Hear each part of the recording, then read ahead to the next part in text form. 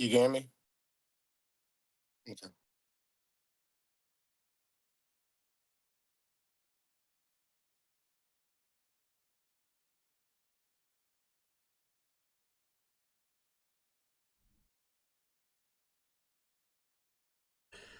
All right. Even through some technical difficulties, thank you for joining me for today's podcast episode of Drinking with Jesus. Um, I'm here with my guest, Cozy. Um, Thank you for hanging out today and giving us some time um, to be on this episode, man. Thank you for having me. You already know, man. Here to have fun, bring a couple laughs, couple smiles, and have a good conversation. So, how's the day? Perfect, perfect. Um, so to start things off, I know you're in the Sacramento comedy scene, but originally you're not from California. You're from New York, right? Mhm. Yeah, I'm from upstate New York, Syracuse area, from Utica. But if nobody doesn't know, I'm just from the upstate. Keep it really simple. Um, Start off down south as well. Moved to from Alabama to New York and then to California. For the most part, I've been doing comedy up for that time, since I got here, and a little bit in New York as well.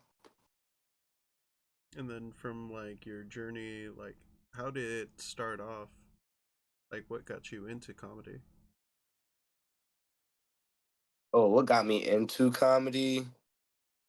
My friends, uh, family, they always were like, "Oh, you're mad funny. You should do comedy." And at first, I never thought that it was something that is cool or something to do. You know what I mean? So I never really pursued it. But then once I seen that I did have the gift of gab and I can actually make people laugh off of just a couple of things, it was cool. So and then I started in 2015. 2015, almost Hmm. 10 years now. So like in the beginning, like what were some of your like more memorable shows? Some of my memorable shows were I had a comedy contest that was in I won my it was one of my first comedy contests that I won. Um I won $100 and somebody's ex-girlfriend's box of chocolates. So fucking it was lit. Got that. And from that moment on I started doing like other shows and it's just probably just like people just getting you out there. Just like having faith like, yo, I want him to come and, you know, perform and bring a good vibe to what I got going on. Okay. And then I know like everyone's connection is gonna be French Street Studio with like all the uh, comedians coming up and everything. Uh, but what were like some of your more memorable memories of Front Street Studio? Like what? Some of my memorable plays, some I'll probably say, probably the times that I came there, you know, mad. More not mad, more sad, more disappointed about what's going on around me, just upset that people aren't understanding the bigger picture at the end of the day. And then sometimes just going out there and just saying, well, fuck it. And having complete strangers open up to you and laugh and talk to you and treat you like you've been their friend for so long. You know what I mean? It's just that you being a comedian, sometimes you get better treatment than your own family and friends and your own significant other at times. So it's that's what brings me to that because there's times where I don't got that and I need that. Okay, okay. So like with Front Street, like what brought you there? Like, It was one. It was a venue that was on a Saturday. When I first came across it, I was just hungry on trying to find a place to, you know, develop new material and just practice and have crowd work. And that kind of Front Street was that place where if you're not really saying too much, everyone's just walking on by, you know what I mean? And they're just, oh, what's Buddy got going on over here? And no, oh, it's boring. See you later. And then so me personally, I just wanted to, it was that. And that's what made me always, that brought me there and made me stay there was just that. And then Dennis and just the family vibe and, just Pej, just having everybody just being so welcoming there, you know what I mean? It was just like, all right, cool. It's a cool place, to thrive. I mean, and to practice. It's just a good place to be. Period. most I mean, definitely, most definitely. Um, with that, how's your comedy journey been? for the most part, my comedy journey has its ups and downs. It's majority of my fault. Was being consistent. I want to say, um, and stop being so emotional. I would say because sometimes I let outside factors deter me from actually doing what I want to do. And it's just hard. It's hard sometimes doing that and to stay consistent when there's, when you don't feel like there's nobody really in your corner or really even like it. Just, you know what I mean? Yeah, consistency can be tough. It's definitely key from what Karma was saying. Um, I do agree. It is hard being consistent sometimes when you have self doubt. Mhm. Like it's something I do see a lot more common in all types of artists. Um, but it's it's both what makes us push ourselves, but it's our worst enemy of just making us wanting to commit to actually doing what we want. Mhm. And that's the thing. There's, there's so many factors. It's just to keep it simple.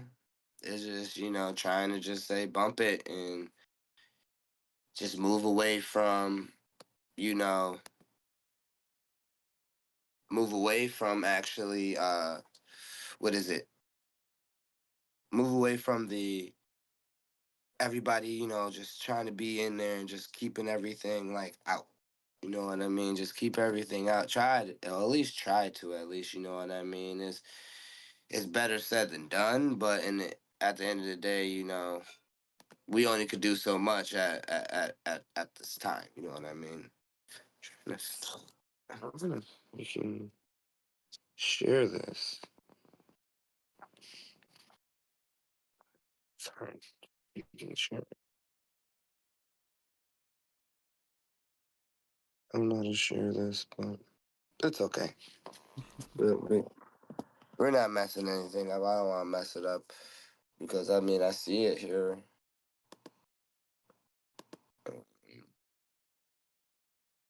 If it is it a link or something?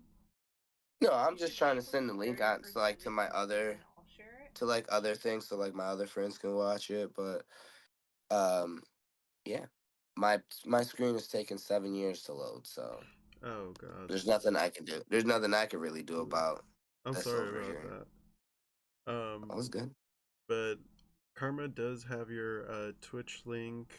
She has been putting it in the social media as well as like Leaving Room's Instagram, my Instagram and hers. Hmm. So we are trying to also promote you as well. Um, always and forever for anyone who is a podcast guest. We always do have a command on my channel that will promote both your Instagram and your Twitch. Since we did recently find out that you also stream on Twitch as well. So, what do you do on Twitch? Well, I game, yeah, Call of Duty. I was gonna think about getting into the other games, but at this point, it's looking like it's gonna be just probably that. You ever thought of at least like doing a virtual hangout with some other comedians to just do like an online spit? Like a live I thought about writer's that. workshop. That'd be I pretty definitely cool. thought about that. I just never knew how to. Like, if you ever need some assistance, we can see if we could help you out with that. It can Um, be we promoted in do the have some Discord server too. other streamer resources we can hit up, so we could see if that's possible.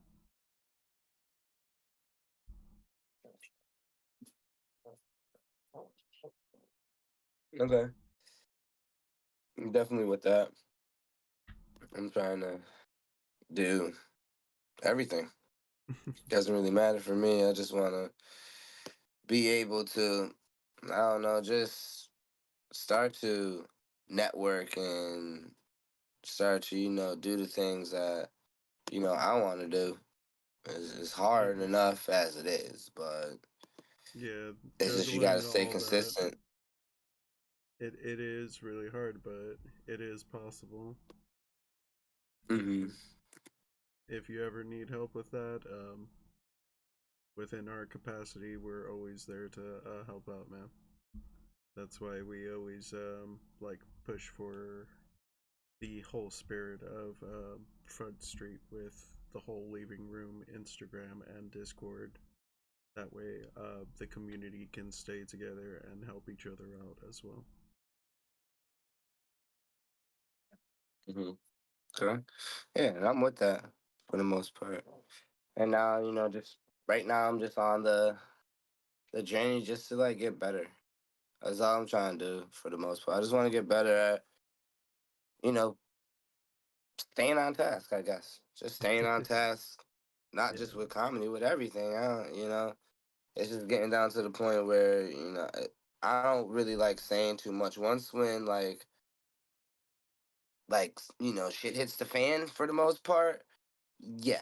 I don't really say too much at all for the most part. Just because like if I do, it's always either taken out of context or taken in the fact like it would never happen. Like it's unbelievable type of deal. yeah, I get that. Like, it's one of those things, Uh-oh, where I got you. it's cool.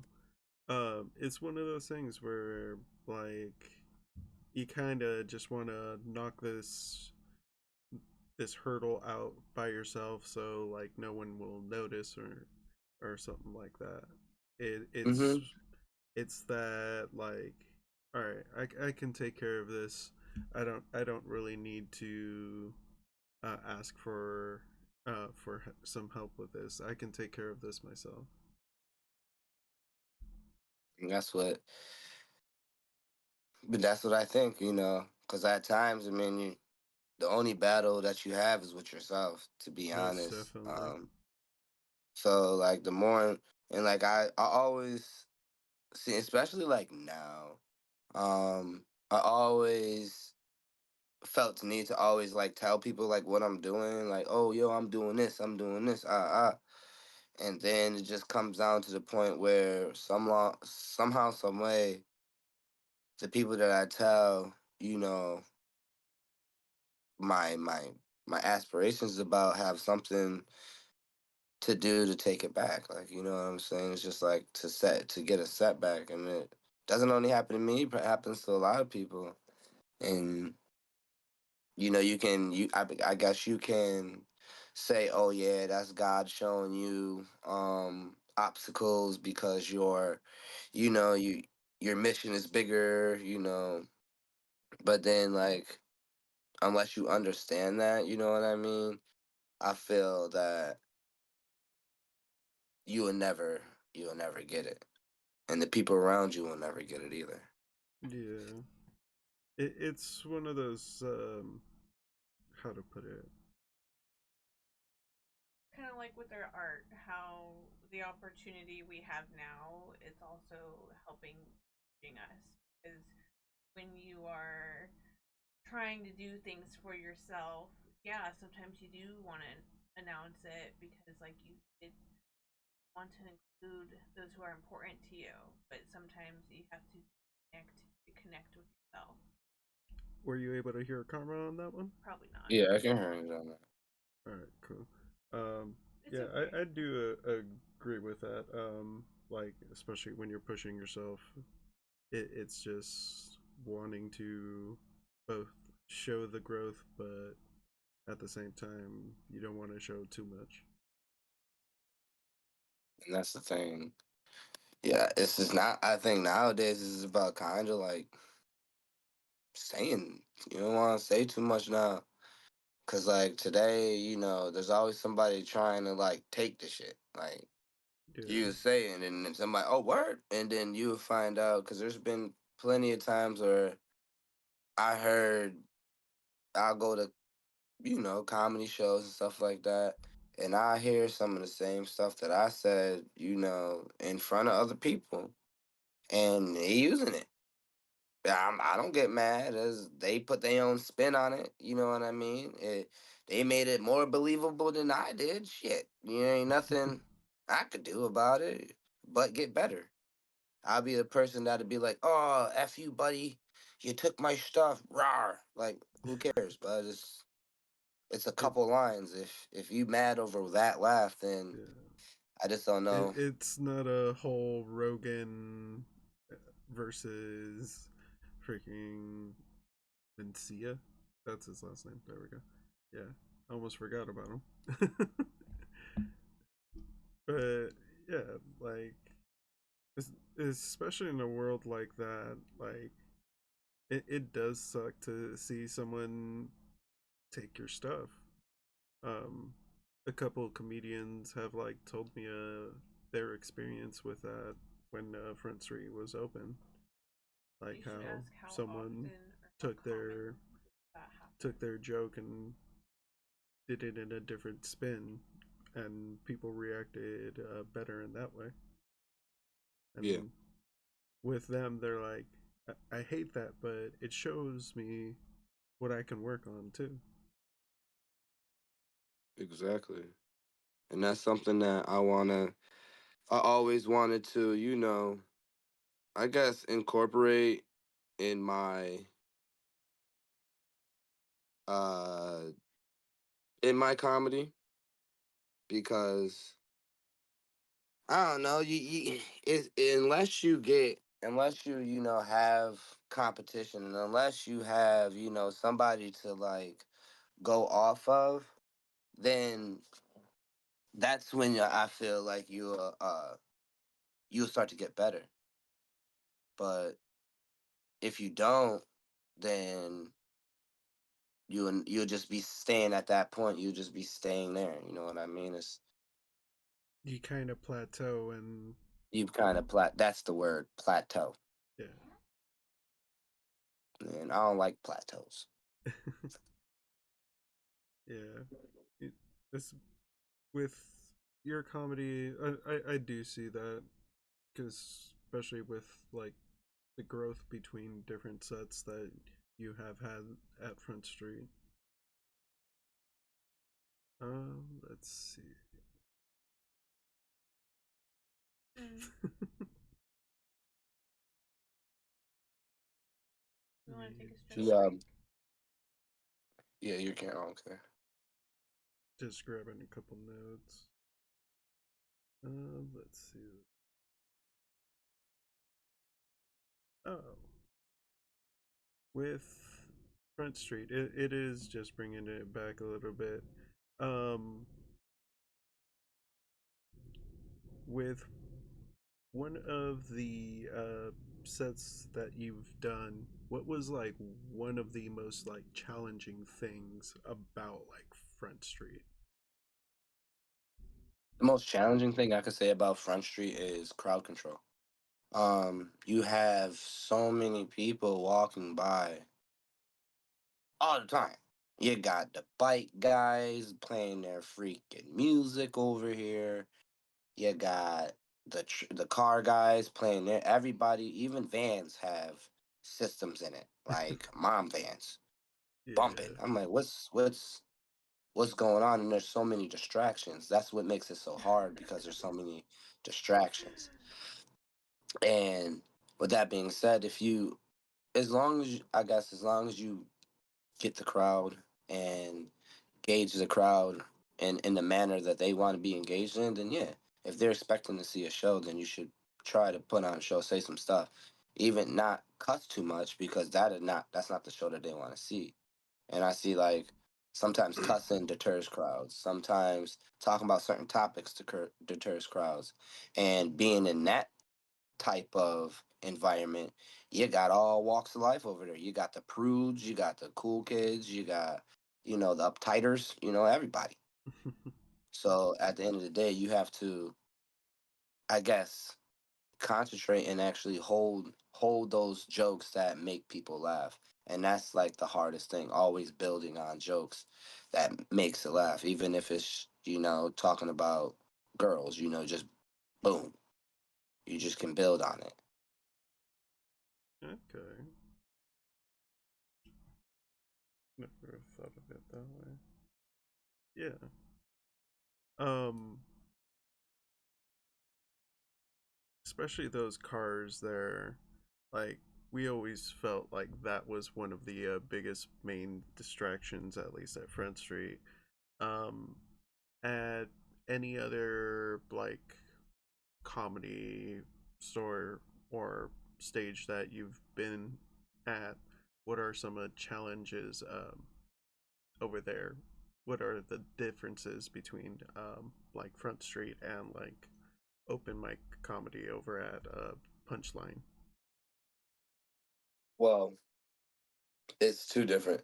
When you're at Punchline, it's not like easier, but you're ex- it's easier to be funnier because people are coming there to see, you know, comedy. Like they're paying their ticket to see comedy. Sometimes, you know, open mic can be somewhat, vague to some people, you know what I mean? And being at Front Street, there's art, there's all different type of stuff that's there. So some people might not know, like, oh, what's this? This is, open mic comedy night. This is da da da da. And then once when they see the comics, up there, then they react. Um, but being at other stages, even though they're coming to see comedy, the expectation is higher because you can't really mess up. Like they really looking dead at you, like, all right, buddy, here we go. You're not funny. See you later. Like, I got booed. There's been times where I got off the stage and I sat in my car and cried because people walked out. People wasn't laughing. I heard crickets outside. Like, it So wasn't even nothing. Nothing was funny about some of the things that I said because how I said it, and that's what the secret is. It's about how you say things, even when it's touchy. um, that's what makes it funny because you make it relatable and comfortable to laugh at. okay, so like it's in other venues, um, the pressure is much higher then. Okay, like with that, has it ever like really pushed you in like a positive way, or has any of that like times that you did bomb just like traumatize you a little bit? Yeah, it pushed me in a way of like, all right, maybe you have to reevaluate your jokes. Maybe you have to write a little bit. Maybe you might have to take time away from that bigger stage and go to I maybe a love smaller you. stage and work on your jokes. That's why, Front Street was such a, you know, good spot for a lot of the comedians due to the fact that they can sit here before the week actually starts, on Saturday, boom, go through all their new sets, all their new jokes, this and the third, and see what hits and see what doesn't. Majority of times, if it hits at Front Street, then it's gonna hit at other places because they can hear you now. And that's a big difference too. They can actually hear what you're saying at other places. In Front Street, you gotta, like I said, you gotta engage these people. If not, they get caught up in the bite guy. Yeah. Um, Another thing, especially for at least like Front Street, because like most of the comedy nights, it was mostly strictly comedians um, that were the audience. Do you think that also helped um, with your creative process, having all the creative feedback from them if they gave any? Yeah, because even though I guess we're all not super famous or we're all not, the next Dave Chappelle or whatever the case may be at this moment. But always hearing positive feedback from somebody else that's doing the same thing is always cool because, like, you can actually relate to them because they're going through the same exact things as you. Coming from like somebody in the crowd, hey, maybe you should do this, bud. Maybe you should just laugh more, bud. How about that? Maybe you should probably do that. Instead of you had a stern face since birth. Like, so I don't know what's going on. You know what I mean? So for the most part, I just wanna, be able to take that constructive criticism and build on it. And sometimes when people said something I didn't like, well, hey, I ain't like it, but I'ma still do it. I'm gonna still put forth, whatever effort it is to change. Because if not, then I'm just gonna keep being at that same point. Mhm.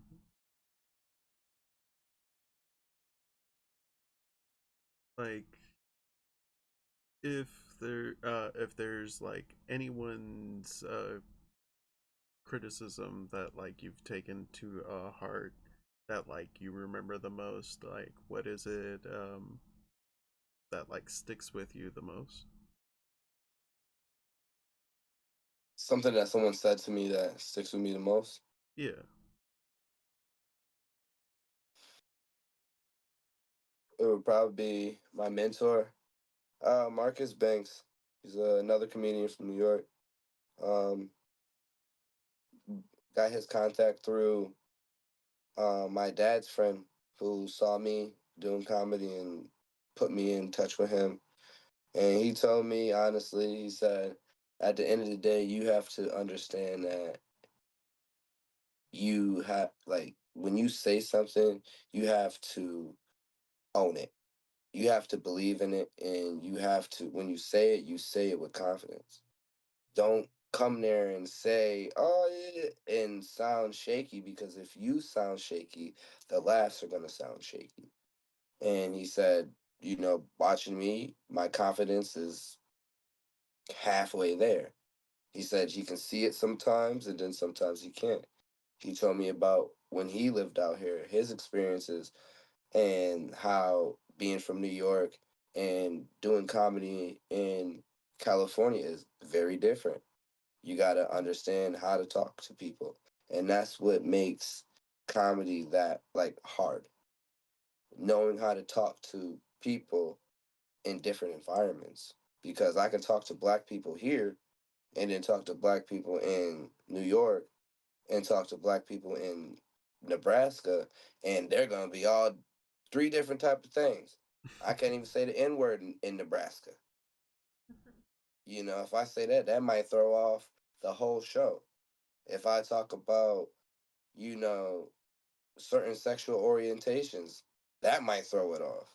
It's just different type of things that you have to know when you go to these crowds, what they expect and how far you can go with your jokes.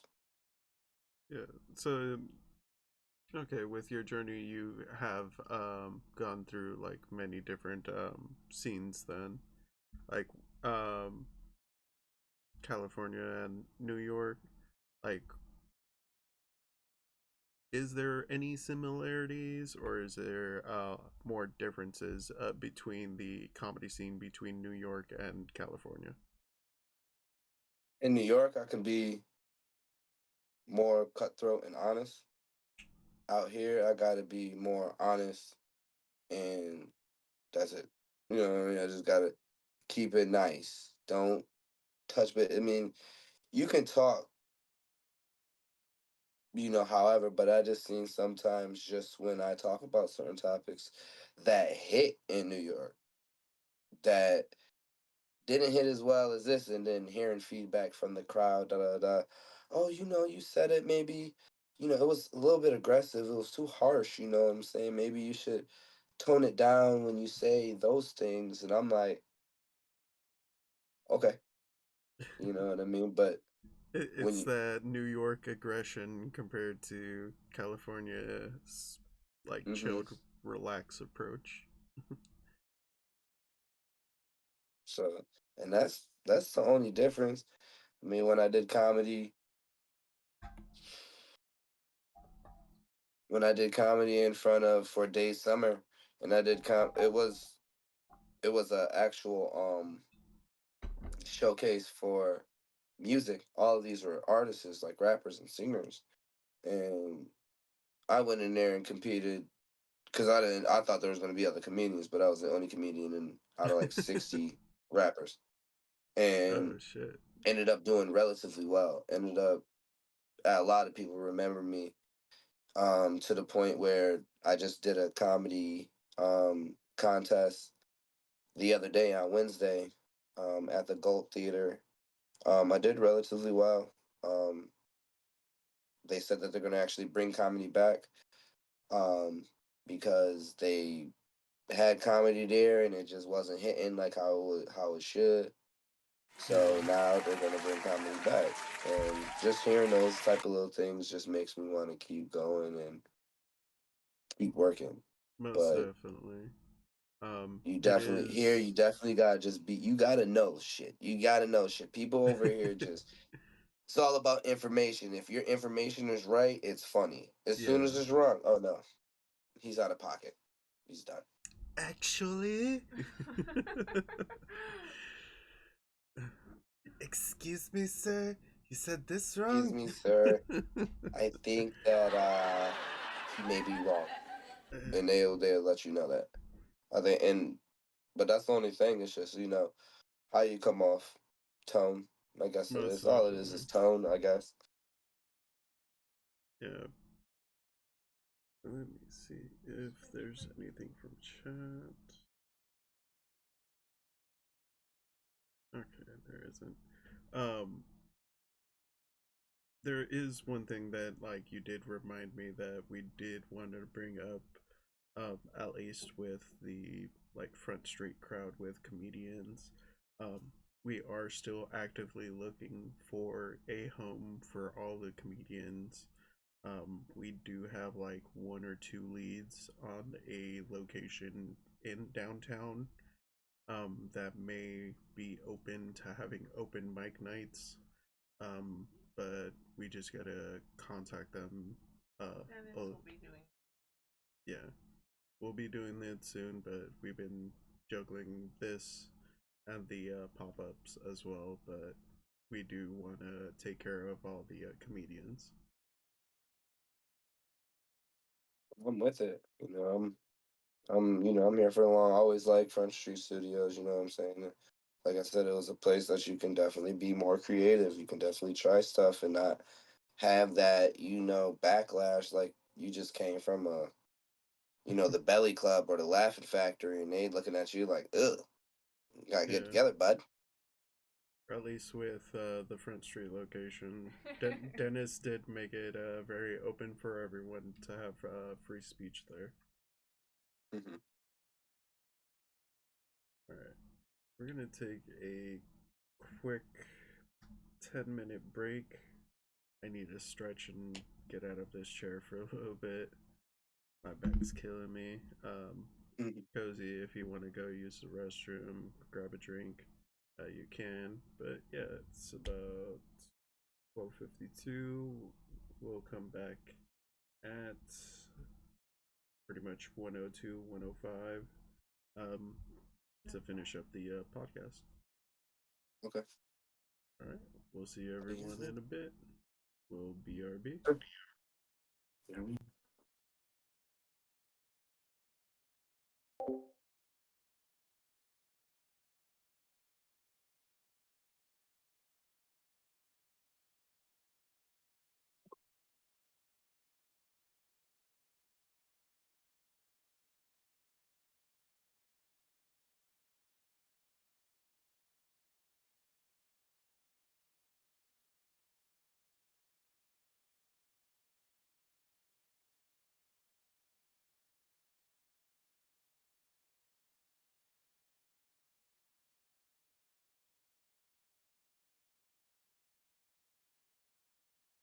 I love you.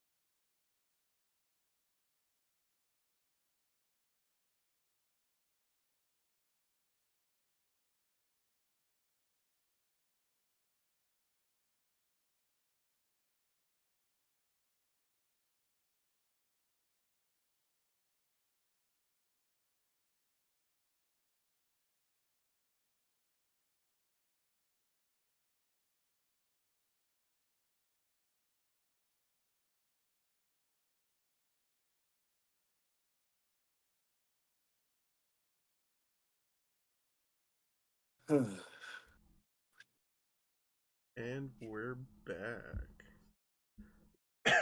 Excuse me. All right. So Karma did put a really good question. We wanted to learn from you. Um, how do you cope with getting negative feedback? You kind of roll with the punches with really.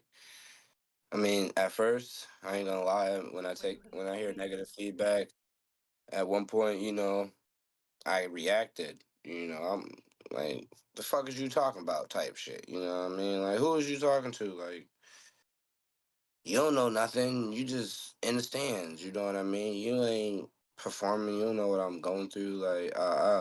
But then, like, that second half that I just said is nothing but excuses. So at the end of the day, I'm just making excuses for myself when somebody is actually telling me something, relatively positive. There was a video that I just said there's 11 words in negativity and 11 words in positivity. So and the moral of that whole video was you have choices. Um, and when you have these choices, you can either do either or. And it was touching to me because at the end of the day, um, it all hit home because that there is that option. We have choices, and sometimes we pick the wrong choices, and then we're upset about the choices that we make when we should have just said, we should have did this. And but now the only thing you can focus on is the future.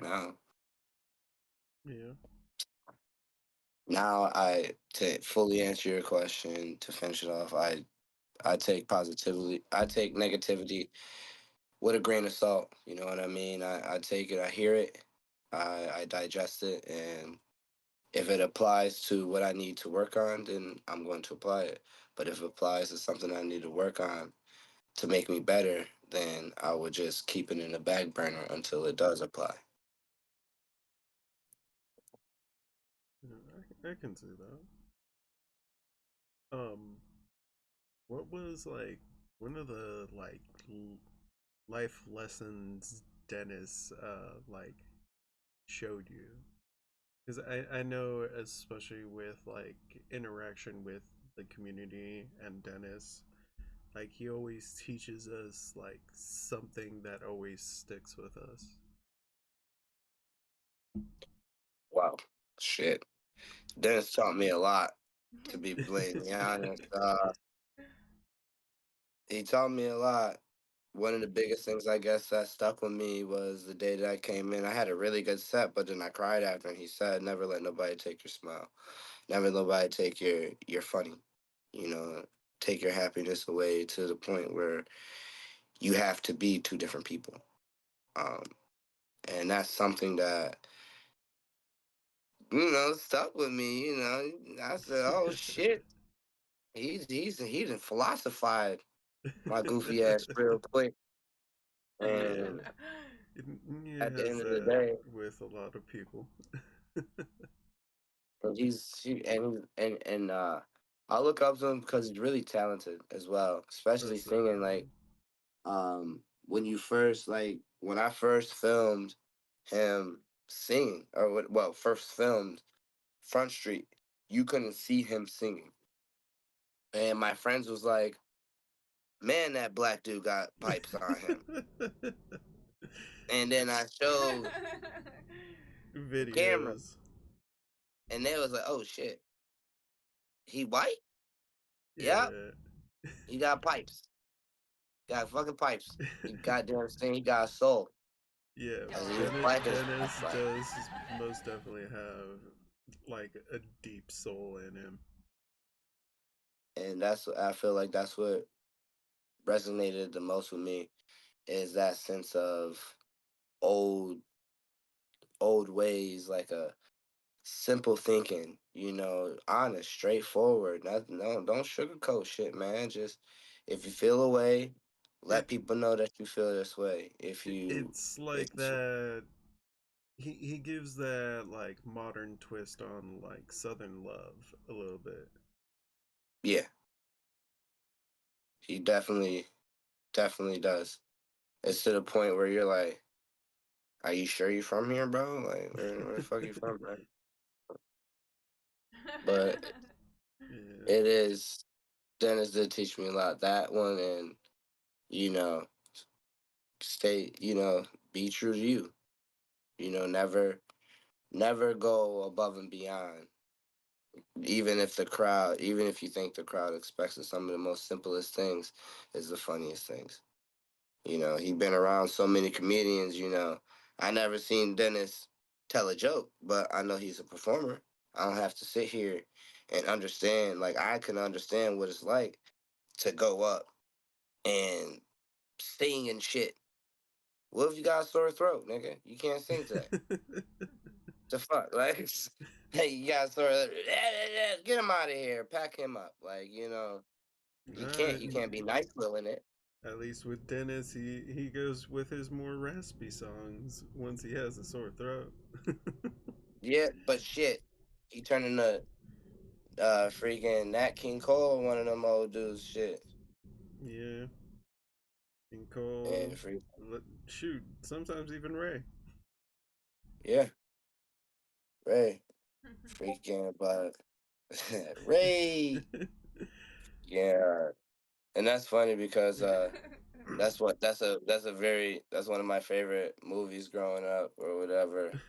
And then I say me and my friends always call each other Ray. Like, all of our nicknames is Ray. There's like five of us. Every one of us is Ray.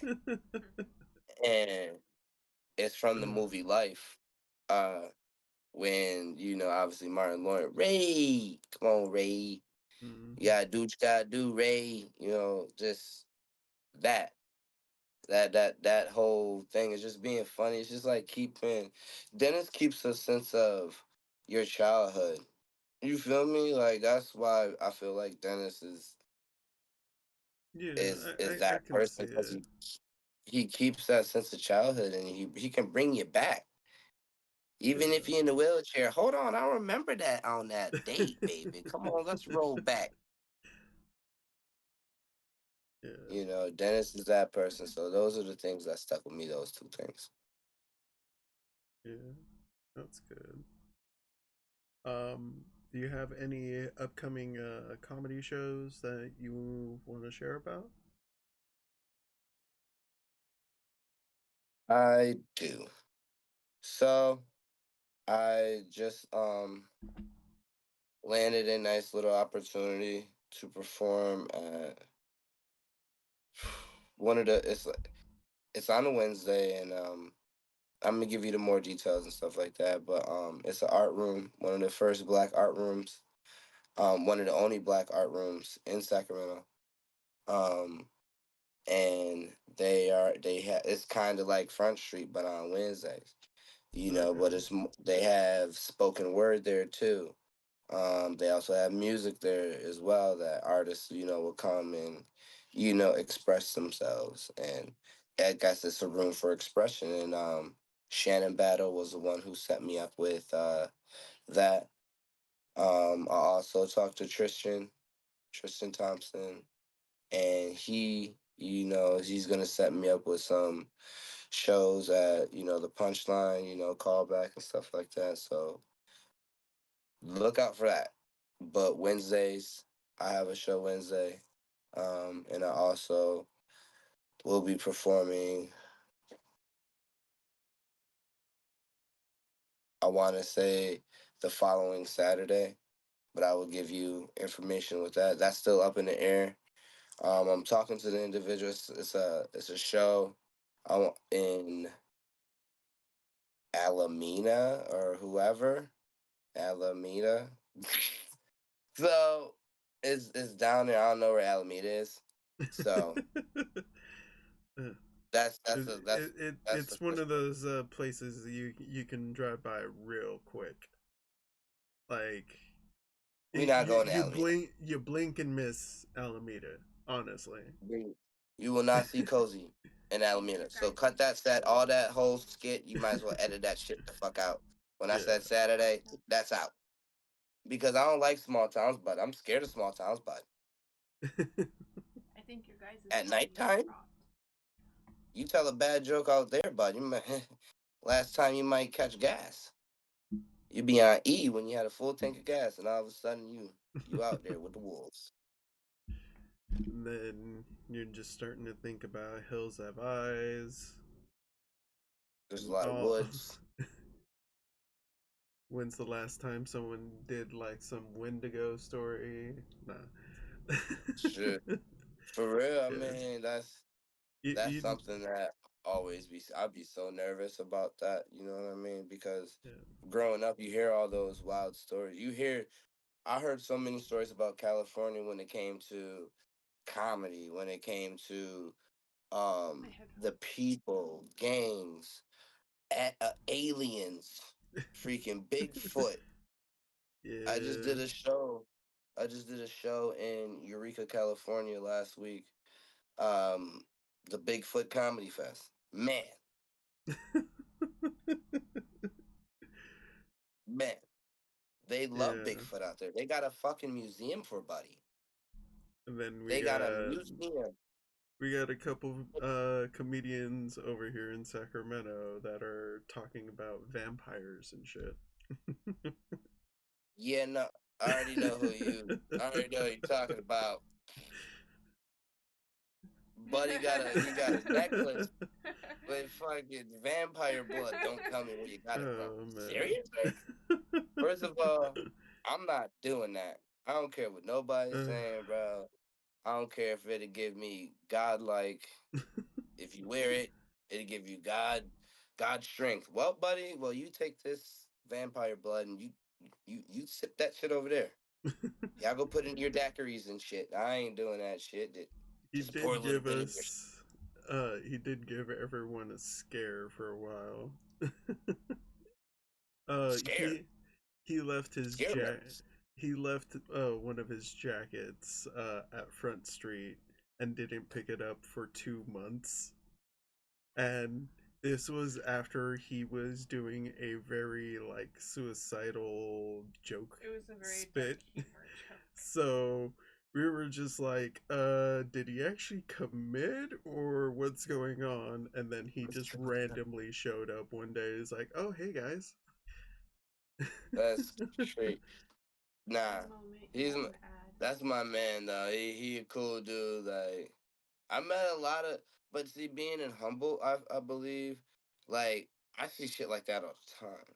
Like that's where I Yeah. started off at. Like when I moved here, I was in Humble, so I saw weird shit.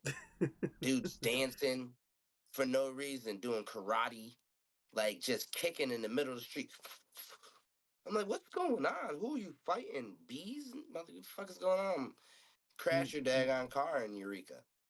And coming down that He for took the real. song to heart. Everyone was kung fu fighting. Everybody. And like for me personally, I guess California has always been like an experience for me. It's a lot different from the East Coast. It's a lot slower, but at a very quick pace. But it's at the pace that these people are like at y'all at. Y'all got y'all own little pace going on over here. Y'all be chilling. Folks be half of the community's drunk, half of them is high, half of them is in the middle, like I'm both. And then the other ones, you got that little percent that's just holding it down, like, all right, these people need to fix their lives. You got those fuck people. I can So help them. I can help them. This is what you need to do. Put the drugs down. All right, bud. It's easier said than done. You come over here and you take this and see how you feel. And then you get off of it. Actually, wait, there is a uh TV show on right now where this dude is he's like he turned himself into a meth he turns himself into an addict just to stop to show people that it's not that hard. What you think about that, bud? I think the ego in that guy is probably gonna kill him. I just want to know where he's getting his drugs from because Buddy different. Like, where's he getting these top of the line drugs from? And he's openly doing this as a documentary, though. He's probably getting it from Hollywood. True, true, true. He is right here. What do you need? Speed, bud? Come here. It's already here. That's how fast it is. You already got you. You said you should have said it yesterday. I would have got it. You know what I mean? But out here, it's different. That's a show that got me to sit here and you're physically doing drugs. Like he's not doing weed. He ain't never did no weed. He said that's not a drug. Weed ain't a drug. He said Yeah. that. He said weed. He was like, I can sit here and smoke. There's nothing I can do. I'm just gonna either if I don't want to do it, I'm just gonna just put the shit down and then stop going to sleep every day and just start doing something. And then he made it simple. So, but he did like went on binges, cocaine. He started off regular cocaine. He said, fuck the gateway. I'm already at the gateway. Motherfucker, I'm at the gates. I'm at the gates. He did cocaine. Then he got off of it, rested. Then he did another series where he did not heroin. And now he's doing meth. And his face looks crazy. He looks like he constantly doing this all day. Like, and his face is like this. You just see like his eyes are like getting like there's no water in there and they're just like dumb dry in there. Oof. Like his eyes are mad dry. I'm sitting here, I'm like, yo, this. And he was Starting like, to and the look way like he, the Crypt Keeper. yeah, he looks like the Crypt Keeper with skin. That's it. And she said he can do it, and he was. I mean, shit, he did 3 so far. This might be it. You know, the next one might be fentanyl. Shit, I don't know what he doing, but that is a That'll crazy. be his one and done. Yeah, he better be getting the best fentanyl in the world. You better go to Canada for that, where they dose it out for you. And they give it to you in a little controlled little area. Here you go, bud. You get high on your methadone and your It's heroin either and shit. that or San Francisco. Yeah, but I'd be scared of San Francisco. Like it, Yeah. and it's funny because my dad is on the West Coast. Okay, so he's in Las Vegas. So I guess one of his friends, their car got broken into. It got bipped. I said, "Your car got bipped, Dad." And then he was like, "I ain't getting it. My stuff was safe." And I'm like, "Oh yeah," but they car got bippered, and it was at a light. Well, no, not at a light. They left it. When they seen him at the light, they thought this car was like following them for dumb long, but never paid too much attention to it. Boom, got to where like my dad and all that shit was. Da da da. Went in the crib, came back out, whole back windshield busted out. Damn. Crazy. Trunk open. I'm like, what this nigga do? Bust the back window out. Like, you couldn't do the passenger window, like none of those other ones. You had to get the back window. Man, took like over like $3 grand worth of merchandise. Like, and I said I was like, they must have been following you because you had a rental. And he was like, "Yep, they had the rental." Damn. Yep. Good old Randy, but it's crazy. They do that in Sacramento. I mean, not Sacramento. San San Francisco. Yeah. Like it's an actual thing. Like if you go there fucking around at one of these goofy lights, that's your ass. Shit. Just even parking anywhere, like people are just saying, just like roll your windows down, don't keep shit in the car, open the trunk. You may find your car smelling like cigarettes, but at least nothing's broken. Yeah, that ass. Like that shit. I'm like, shit, I don't got no goddamn. I ain't worried about that. I got hit one time. I did get robbed, so I can't even say it. I got robbed twice out here. Damn.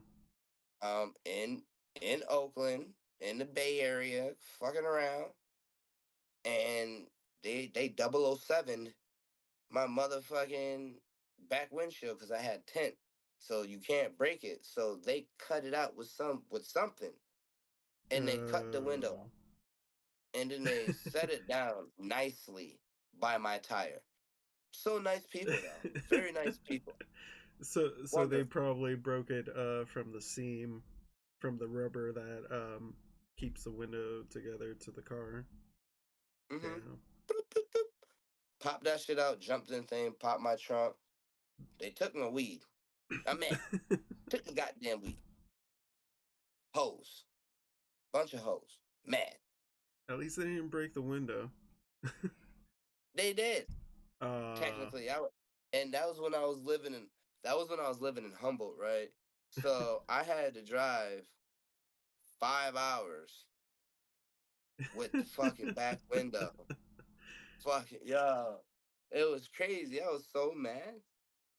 And then when I got back to Humboldt, luckily one of my friends, he was like, "Nah, one of my buddies, bro.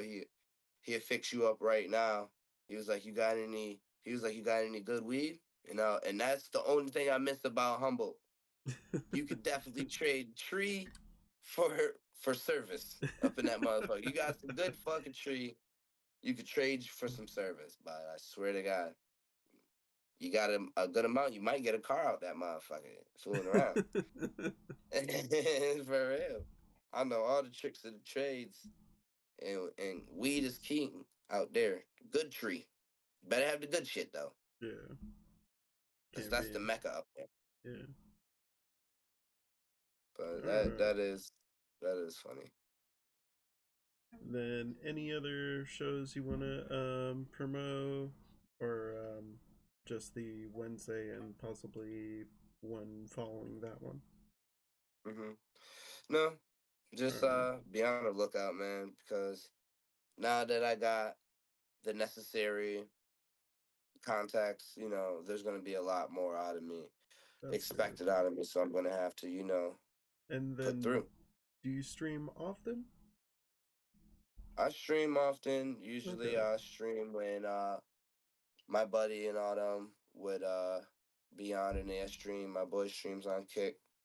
He he wants me to get over there on Kick. So All right. it's just too Well, much. But I do stream relatively, and when I do, definitely look out. As Cozy is okay. my We do Twitch have stream your is there. Twitch stream on a command for us as well. So Mhm. at least the community over here will be able to connect over there.